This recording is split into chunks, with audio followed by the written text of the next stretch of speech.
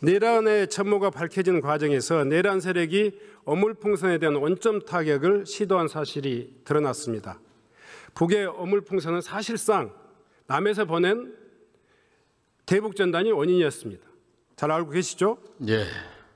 윤석열 정권은 국정원 자금으로 대북전단 살포단체를 지원했고 또 전쟁 유발 목적으로 대북전단을 북으로 보냈습니다. 이재명 정부에서는 대북전단 살포를 적극적으로 막고 있지만 상황이 달라지면 언제라도 표현의 자유를 내세우면서 또 대북전단 살포를 시도할지도 모르겠습니다. 장관께서는 대북전단 살포를 사전에 신고하고 또 필요할 경우 경찰서장이 금지할 수 있게 하는 법안을 직접 내셨는데 그 취지를 한번 설명해 주시기 바랍니다. 예, 남북전단안이 국민의 생명과 신체에 위해를 가하거나 심각한 위험을 초래한다 하는 조항이 남북관계발전법 24조에 들어가 있었습니다. 그런데 2023년 9월 달에 헌법재판소가 그 위험성은 인정하지만 과잉금지의 측면이 있다고 하면서 경찰관 직무집행법 그리고 집시법에 충분히 근거해서 단속할 수 있다 이런 판결을 했습니다. 그에 따라서 남북관계발전법 대신에 경찰관 직무집행법, 집시법에 경찰서장에게 사전 신고하도록 하고 그리고 처벌하도록 하는 조항을 넣는 법 개정안을 직접 제출한 바 있습니다. 사실상 헌법재판소가 필요성을 인정한 것이죠? 그렇죠. 위헌을 판시한 것은 과잉금지입니다. 그 24조 3항에 전단 등 살포에 대해서 징역 3년 이하 처벌을 하도록 되어 있는데 이것은 좀 경찰관법으로도 충분히 가능한데 과잉금지다 이런 취지로 판결한 것으로 압니다. 네. 지금 신정훈 위원장님께서 위원장을 하고 계신 행정안전위원회의 계류 중에 있는데 가능하면 신속히 상정이 될 수 있도록 서둘러 주시면 감사하겠습니다. 네, 잘하겠습니다. 일단 들어가 주시기 바랍니다.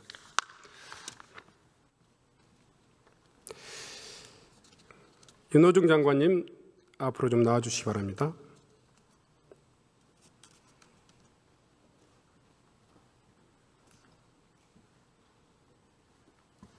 네. 방금 전에 정동영 장관 말씀대로 그런 현재 대법원에서는 이런 판결을 내린 적이 있습니다. 그런데 윤석열 정부는 표현의 자유를 또 과도하게 강조하면서 국민의 생명과 안전을 뒷전으로 미룬 바 있습니다. 이제 민주정부가 들어선 만큼 대북전단에 대한 제한 조치들도 전 정부와 다르게 확실히 정리하고 나가야 될 것 같습니다. 장관님, 유엔의 국내뿐만이 그런 게 아니고요. 유엔의 시민적 그리고 정치적 권리에 관한 국제규약 제20조 1항에는 전쟁을 위한 어떠한 선전도 법률로 금지된다 이렇게 나와 있습니다. 이 규약은 이미 90년도에 우리 국회의 동의를 거쳤습니다. 네, 그 유엔 자유권 규약 또는 국제 인권 규약 B 규약으로 알고 있습니다. 정부가 전쟁 목적으로 대북전단 살포단체를 지원했다면 대단히 명백한 국제법 위반입니다. 네. 따라서 앞서 말씀드린 정동영 장관께서 말씀하신 국민안전을 위협하는 대북전단 살포를 제한하려면 행정안전부의 적극적인 역할이 필요하다고 보는데 그 견해를 묻습니다. 네, 우리나라는 국제법이 국내법과 동일한 효력을 가지고 있는 나라이기 때문에 저희가 국제법에 가입해 있고 그것은 충분히 존중받아야 될 이 법규다 이렇게 보고 있습니다. 그래서 관련된 조항을 좀 더 살펴봐서 적극적인 그 제재뿐만 아니라 또 국내법에서도 이 재난안전법상에 보면 이것이 그 행위가 사회적 재난으로 연결될 수 있는 그런 위험한 행위에 해당되기 때문에 위험 지역으로 설정을 해서 특별히 관리할 필요도 있다 생각합니다. 최근 구구단체가 극렬하게 지금 전개하고 있는 험중 시위도 마찬가지입니다. 네. 전쟁 유발을 목적으로 한 대제북정당 그리고 구구단체가 기획한 험중 시위, 혐오 표현을 남발하는 그런 여러 가지 현수막 이런 것들은 명백히 표현의 자유 범위를 넘어선다고 생각합니다. 네, 이 분야에 대해서 적극적인 행정안전부의 기준과 방침이 필요하다. 그런 또 법 개정에 대해서도 적극적인 입장이 필요하다 이렇게 생각하는데. 네, 이미 지난주에 그 대통령께서 이 협중 시위에 대한 우려를 표하셨고요. 지난주 일요일 그 명동에서의 협중 시위에 대해서는 경찰이 이미 그런 그 국제법 정신과 또 이 업무 방해죄에 대한 그 단속의 차원에서 예방의 차원에서 엄중하게 관광 상가 주변의 이 시위를 제한한 것으로 그렇게 알고 있습니다. 이 모든 과제에 대해서 행안부에서 적극적인 기준을 잡고 또 법의 개정에 대해서도 적극적으로 노력해 주시기 바랍니다. 네, 그렇게 노력하겠습니다. 들어가 주십시오. 네.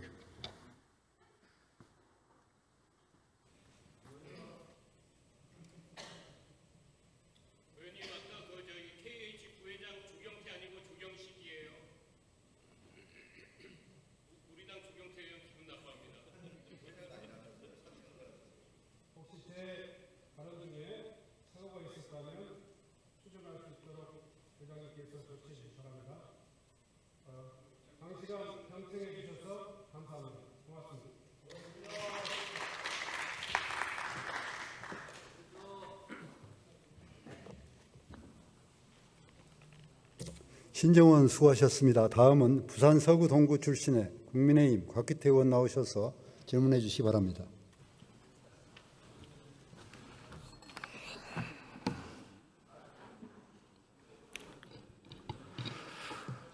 존경하는 국민 여러분, 국회 부회장님과 선배 동료 의원 여러분, 부산 서구 동구 출신 곽규택 의원입니다. 지금 대한민국은 분명 위기에 서 있습니다. 물가는 치솟고 청년 일자리는 IMF 외환위기 이후에 최악의 수준을 기록하고 있습니다. 한미 관세 협상은 교착 상태에 빠졌고 조지아주 사태까지 발생했습니다. 한반도를 둘러싼 안보 환경 또한 악화일로입니다. 그러나 이재명 정부는 국익을 지킬 외교 안보 전략도 없고 민생을 살릴 실질적 해법도 내놓지 못한 채 무분별한 확장 재정으로 국민과 미래 세대의 빚만 전가하고 있습니다. 국민의 삶과 미래가 걸린 이 위기 속에서 우리 정치가 어떤 역할을 해야 하는지, 정부는 어떤 책임과 해법을 내놓을 것인지, 그리고 위기 극복을 위한 협치와 통합은 어떻게 실현할 것인지 오늘 이 자리에서 엄중히 묻고자 합니다. 예, 총리님 앞으로 나오시죠.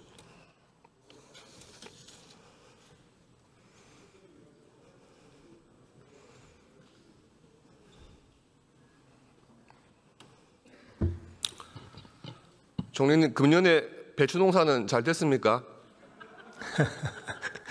그 농업법인을 여쭤보시는 모양인데 나중에 자세히 말씀드릴게요. 예, 금년에 지금 배추 한 포기 가격이 얼마입니까?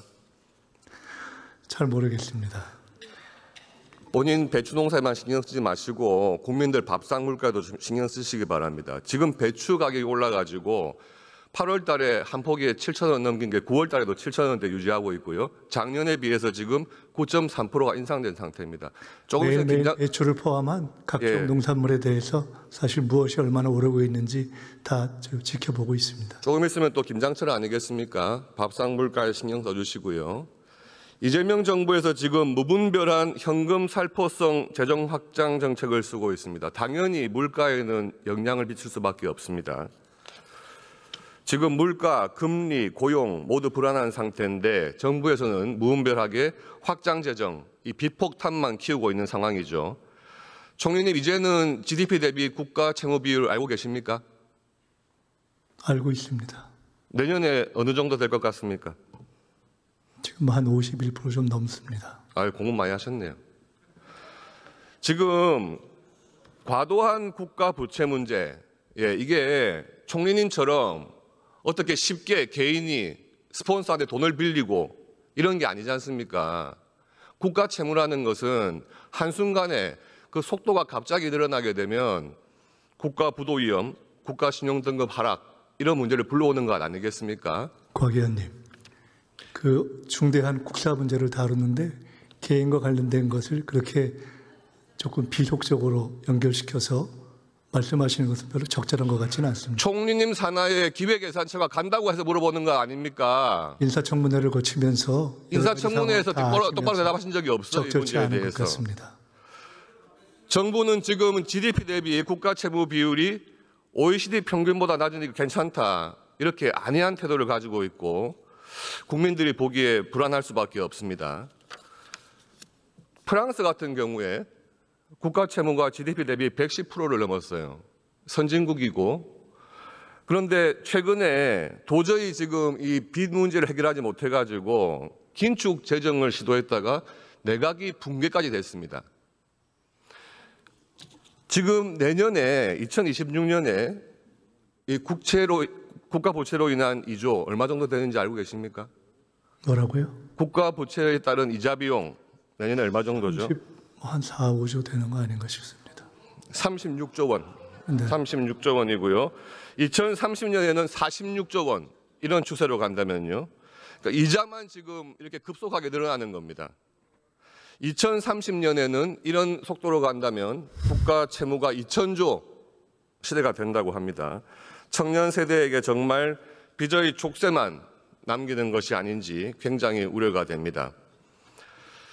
우리 세대가 써버린 빚의 고통을 다음 세대에 넘기는 것은 정치의 무책임이자 국가의 배임이라고 생각을 합니다. 총리님 생각 어떻습니까? 의원님께서 국가 채무라든가 부채 문제에 대해서 깊은 관심을 가지시는 것에 대해서 굉장히 의미 있게 생각하고 공감하는 대목이 많습니다. 동시에 그렇게 관심을 가지실 거면은 성장 문제에 대해서도 관심을 가지시는 것이 균형 잡힌 자세가 아닌가 이렇게 생각합니다. 이재명 정부에서 말이죠. 출범할 때부터 도덕성이라든지 사회 정의 이런 문제에 대해서는 철학이 아예 저는 없었다고 봅니다. 인사하고 내각을 한번 보겠습니다. 대통령이 지금 전과 사범에다가 5개 재판 받고 있는 중지 중인 상황이죠. 총리께서는 전과 5범, 내각 장관들 다 합치면 무려 22범, 전과 22범 내각입니다. 그러니까 범죄자 주권 정부라는 말이 나오는 거예요. 왜 이런 말씀을 드리냐 하면 이런 상황이니까 지금 정부에서 사법부 못 믿겠다. 그리고 검찰 해체해라. 이런 것들이 본인들의 그런 범죄 전력을 숨기고 싶어서 그런 것이 아닌가 우려가 되는 거예요. 지금 총리께서 과거 인사청문회 하실 때 본인의 정치자금법 위반에 대해서 표적 사정이었다 말씀하신 적이 있습니다. 그러시죠?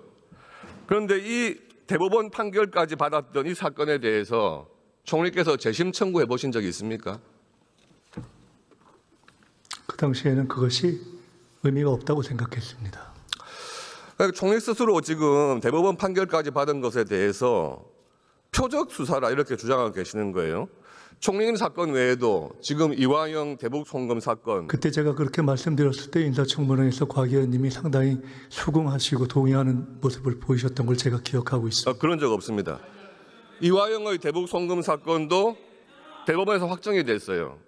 그리고 대장동 비리 사건 지금 법원에서 전부 유죄 판결이 나오고 있는 사건들입니다. 이렇게 민주당은 이재명 대통령과 또 주변 인사 관련된 사건들에 대해서도 정치적인 사건이다. 정권 보복이었다. 야당 탄압이었다. 이렇게 주장을 했었어요. 그런데 대장동 사건 볼까요? 이거 민주당 대선 과정에서 제기된 의혹 아닙니까? 민주당 내부에서 나온 문제 아니었습니까? 또 법원에서 임의유죄 판결이 나온 모든 사건들 그것을 표적수사라고 할 수 있겠습니까? 오늘 이재명 대통령이 한 말이라고 전해진 것이 더욱 충격적이었습니다. 추미애 법사위원장이 조희대 대법원장 사퇴해야 된다 이런 말을 하니까 처음 나온 대통령실 반응이 기본적으로 공감한다 그랬어요. 자신에게 불리한 판결했다는 이유로 임기가 헌법상 보장된 대법원장 사퇴하라는 것이 삼권 분립의 붕괴를 의미하는 것 아닙니까?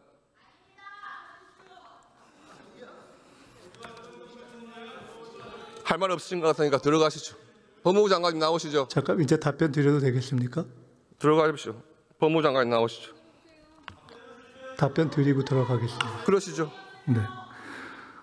우선 검찰개혁과 관련한 것을 대통령의 무슨 그 법적으로 관련되어 있는 사건들을 덮으려고 하는 것이 아니냐라는 취지의 말씀을 하신 것에 대해서는 이미 헌법과 법률에 기초해서 다 멈춰 있는 그런 사건들인데 그것을 갑자기 현재의 검찰개혁과 연관시키시는 것이 너무 앞뒤가 맞지 않기 때문에 우리 곽 의원님께서 질의 주신 그런 내용의 품격에는 좀 맞지 않는다 생각이 듭니다. 대법원장 사퇴하라는 말씀하고 연결시킨 거예요. 네, 두 번째로 그 상권 분립 문제에 대해서는 특별히 지금 상권 분립 문제와 관련해서 상권 분립을 해야 하는 특별한 언급을 어떤 것을 갖고 말씀하시는지 모르겠습니다.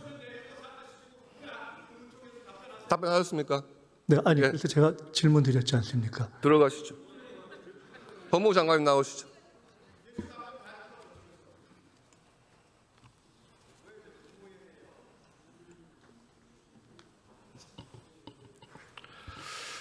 장관님께서도 그 이재명 대통령 관련 사건들에 대해서 계속 정치보복 수사라고 과거에 말씀하신 적이 있죠. 네, 그렇습니다. 지금 법무부 장관 해보시면서 검찰을 지휘 감독하고 계시는데 지금도 검찰에서 정치보복 수사를 하고 있다고 생각하십니까? 국민주권 정부가 출범한 이후에는 뭐 정치보복적 수사는 없다고 저는 단언할 수 있습니다.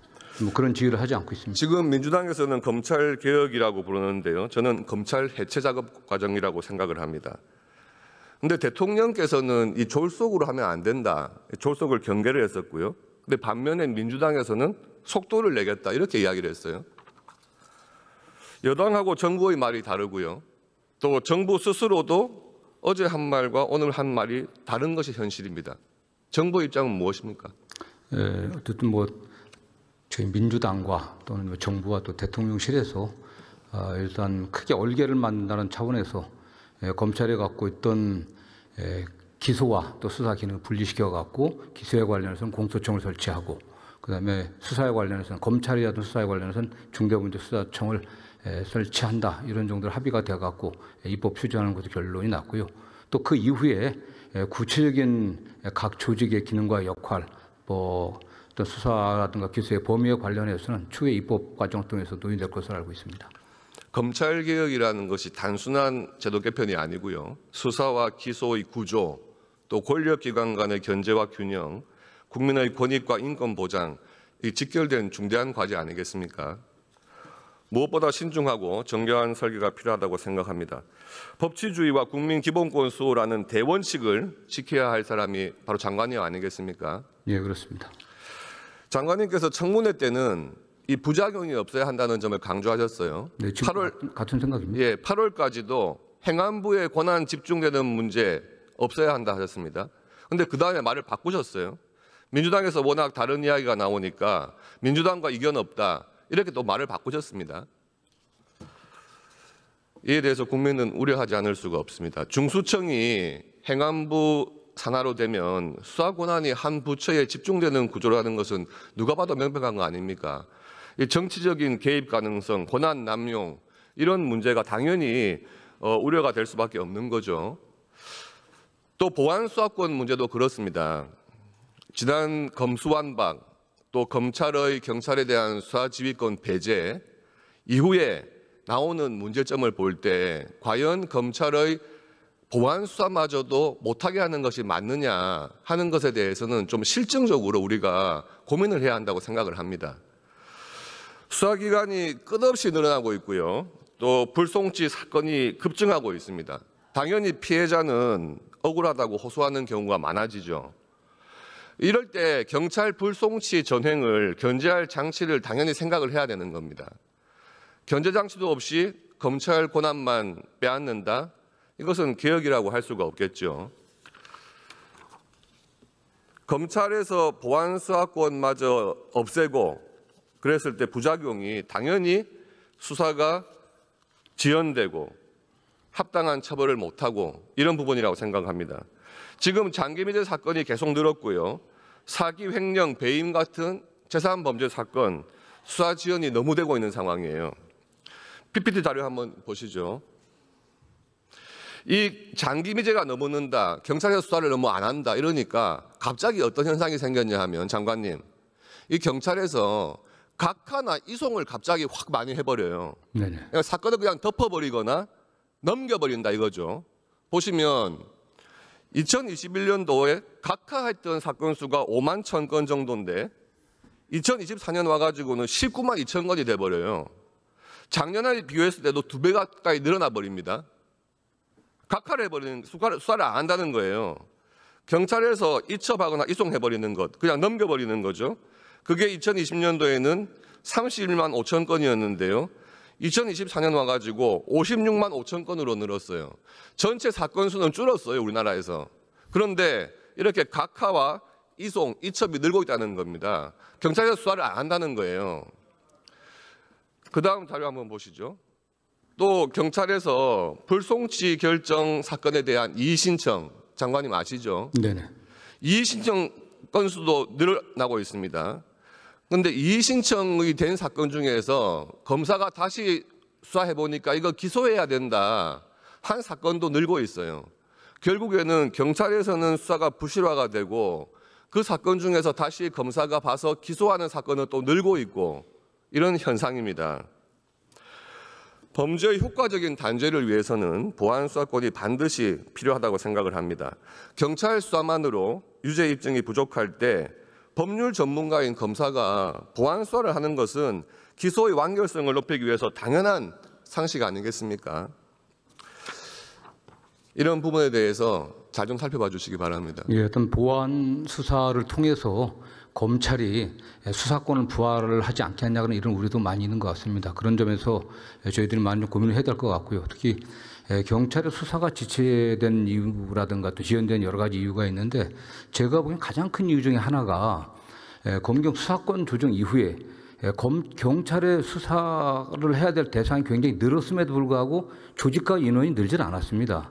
저는 그런 것도 굉장히 고려될 것으로 좀 보고 있습니다. 그래서 향후 수사권 조정을 하면서 수사 인력의 대폭적인 증원들이 좀 필요할 것으로 보고 있습니다. 네. 예, 알겠습니다.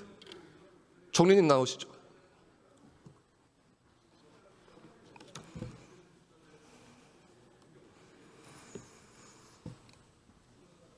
예, 지금 특검 연장 법안과 내란 특별재판부에 대해서 간단하게 여쭤보겠습니다. 지금 그 특검 수사 중간에 갑자기 이렇게 인력을 늘리고 기간을 늘리고 하는 특검법을 개정했던 전례가 있습니까, 총리님? 그건 제가 잘 모르겠습니다. 없었습니다. 방금 법무장관께서 말씀하셨듯이 지금 수사 인력이 안 그래도 모자란데 이 특검에 너무 많은 인력을 투입을 해놨어요. 특검이 진행되고 나서 한 3개월 사이에 속칭 말하는 장기 미제 사건 47%가 증가했습니다. 국민들이 기다리고 있는 국민들을 위한 수사는 당연히 지연되고 있다는 거죠. 이재명 정부에서는 평소에 수사 기소권을 반드시 분리해야 된다 이렇게 이야기를 해왔습니다마는 특검은 수사와 기소 한데 합쳐놨죠. 입법한 별건 수사 막 벌이고 있죠. 피해 사실 공표 내놓고 하고 있습니다. 이중잣대 아닙니까? 아까 왜 이렇게 중간에 연장하는가 길게 하는가 말씀 주셨는데 사실은 3가지 특검은 전 정부에서 거부권을 행사하지 않았으면 벌써 끝났을 일입니다. 아쉽게 생각하고 있습니다. 내란 특별재판부, 내란 전담 재판부에 대해서 묻겠는데요. 이게 아까 총리님께서는 뭐가 위헌인지를 모르겠다 이렇게 말씀하셨습니다. 그런데 우리 헌법 체계상 사법부의 구성 뭐가 위헌인지 모르겠다고 말씀드린 것이 아니라 뭐가 위헌인지를 정확히 지적해 주십시오라고 말씀을 드렸습니다. 네, 제가 지적하겠습니다. 사법부의 재판에 있어서 재판 내용뿐만 아니고 특정한 재판부의 구성, 법관의 구성, 그 재판부의 어떤 사건을 맡아라 하는 배당 문제 이런 것을 입법부가 법으로 관여하는 것 자체가 사법부의 독립을 침해하는 것입니다. 해양수안부 이전에 대해서 좀 묻겠습니다. 해양수안부 임시청사가 들어오는 곳이 저희 지역구입니다. 부산 동구에 있는데 총리님 여기 갔다 오신 적이 있습니까? 못 갔습니다. 예. 원래 계획이 있었습니다. 오늘 아침에 그 장동혁 국민의힘 대표와 부산 국회의원들이 가가지고 다시 한번 점검을 했고요. 총리님 다음에 시간 되시면 한번 오십시오. 근처에 맛집도 많. 네, 원래 계획이 있었는데 그때 대통령님하고 일정이 겹쳐서 저희가 미루느라고 못 갔습니다.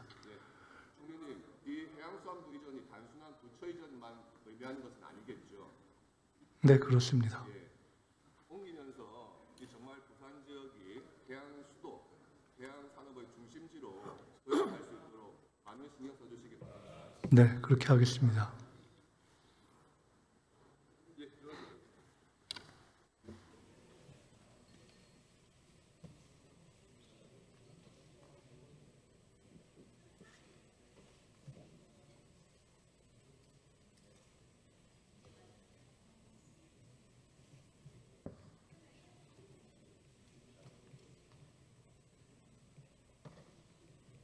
지금 전후에 필요한 것은 권력 기강의 장악도, 전신성 재정도 아닌 국민 신뢰 회복과 미래 세대에 대한 책임이라고 생각합니다. 경청해 주셔서 대단히 감사합니다.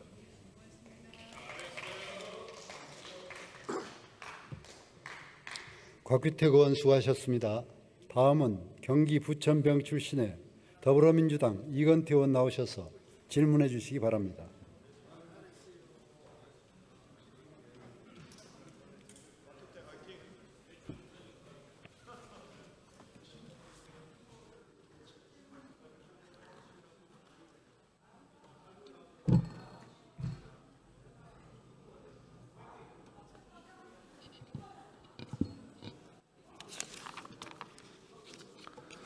존경하는 국민 여러분, 우원식 국회의장님과 선배 동료 의원 여러분, 그리고 김민석 국무총리를 비롯한 국무위원 여러분, 경기 부천시병 더불어민주당 이건태 의원입니다.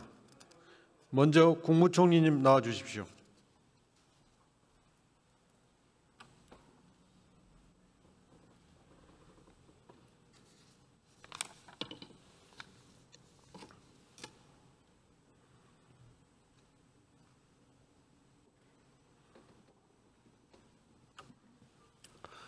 네, 총리님, 저는 오늘 윤석열 정권의 정치검찰의 형태와 사법개혁에 대해서 당부 말씀을 드리고자 합니다. 윤석열 정권은 출범 후 수사팀을 전면 교체해서 공소사실을 8개를 만들어 정적 죽이기 조작 기소를 했습니다. 저는 윤석열 정권이 조작 기소로도 이재명 민주당 대표를 죽이지 못하자 장기 독재를 하기 위하여 친위 쿠데타를 일으켰다고 생각하고 있습니다. 총리님 견해는 어떠신가요? 네, 내란의 배경에는 지독한 권력욕이 있었다고 생각합니다. 저는 정치검찰의 조작 기소와 법원의 확장 해석이 결합하면 유력한 대선 후보의 정치 생명을 끊어버릴 수도 있기 때문에 조작 기소는 매우 효과적인 신종 독재 수법이라고 생각합니다. 동의하십니까? 네, 큰 문제라고 봅니다. 이 때문에 정치검찰의 조작 기소 진상을 조사할 수 있는 특별기구의 설치가 필요하다는 여론이 커지고 있습니다. 총리님, 이러한 특별기구 설치에 대해서 어떤 입장이십니까?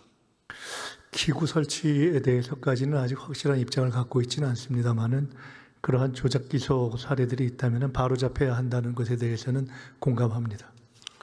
방금 존경하는 곽규택 의원님께서 특검에서 많은 검사들을 차출하는 바람에 검찰의 미제가 47%가 늘었다 이런 취지로 말씀하셨는데 저는 견해를 달리합니다. 특검에는 보통 인지수사에 전문성을 가진 검사들을 차출하기 때문에 일반 형사부 검사들의 인력 감축 효과는 발생하지 않고 오히려 인사이동철과 겹쳤기 때문에 미제가 다소 늘었을 것이라고 생각하고 있습니다. 총리님의 견해는 어떠신가요?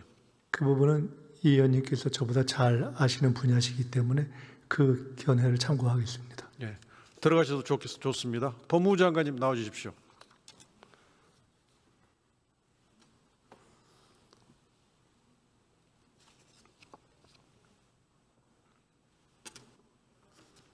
장관님, 네. 조작 기소의 대표적인 사례가 대장동 사건입니다. 이 사건은 이재명 성남시장이 5,503억 원을 공공환수했음에도 검찰은 오히려 오로지 유동규의 진술만으로 이재명 민주당 대표를 배임죄 등으로 기소했습니다.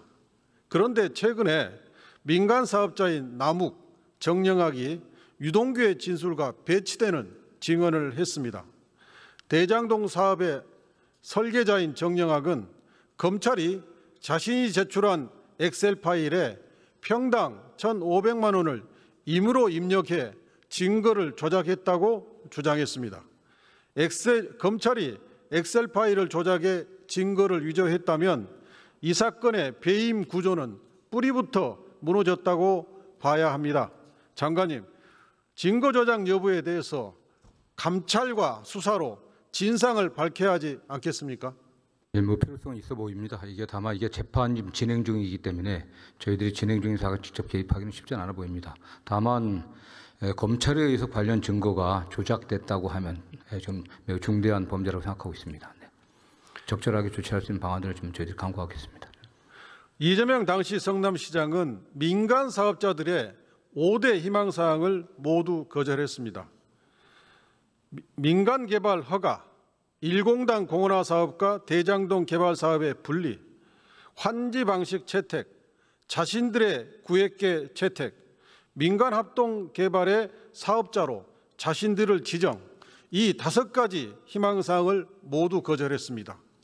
이재명 시장이 민간 사업자의 5대 희망사항을 모두 거절했음에도 공개경쟁 입찰 사무를 맡은 성남도시개발공사의 본부장 유동규가 매수되어 사달이 난 것입니다.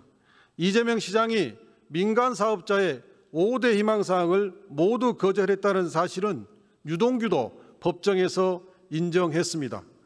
또한 최근 남욱은 법정에서 민간 사업자를 위해 대장동 사업 구조를 짰다는 것은 전혀 아니다라고 배임을 부정했습니다. 장관님, 그렇다면 당시 이재명